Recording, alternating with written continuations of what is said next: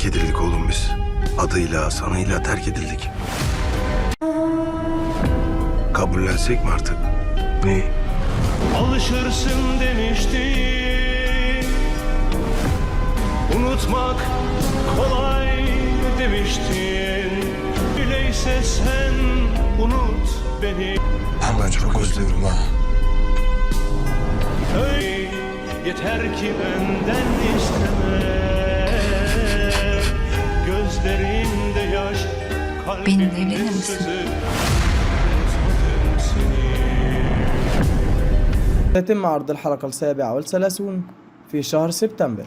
وأما بالنسبة لسرحان ومن سيقتله فهناك احتمالان.